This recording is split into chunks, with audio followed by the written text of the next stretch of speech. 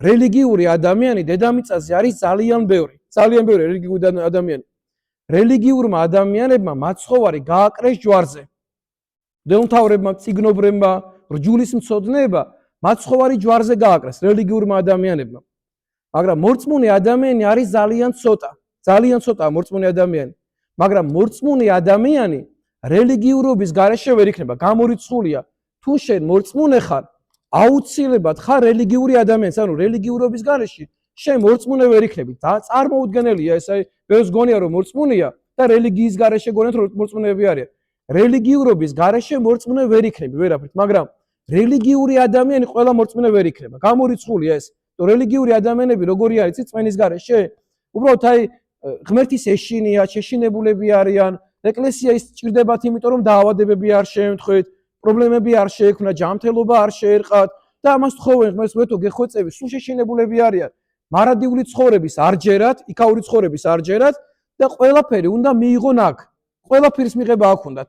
იქაურობის საერთოდ არ ჯერა.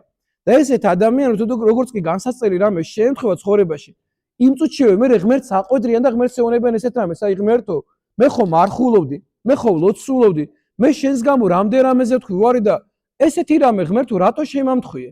ესეთი რამე რატო შემემთქვა მე? ამხელა დაავადება შეიძლება მე დამართნო და ესეთი უბედურება შეიძლება მე შემთხვეო და ესე საუბრობენ რელიგიური ადამიანები. იმიტომ რომ მათ რელიგია ჭირდებათ, მათი რელიგია არის როგორიც აი რომ უნდა მოიხმაროს მან ეკლესია. ანუ ღმერთი უნდა მოიხმაროს, ყველაფერი თავისთვის ჭირდება. რელიგიურ ადამიანს ყველაფერი ჭირდება საკუთარი თავისთვის. მორწმუნე ადამიანი ცხოვრობს სხვებისთვის. მორწმუნე ადამიანს შეუძლია ყველა ტკივილის დათმენა, ყველა სიხარულის სწორად მიღება.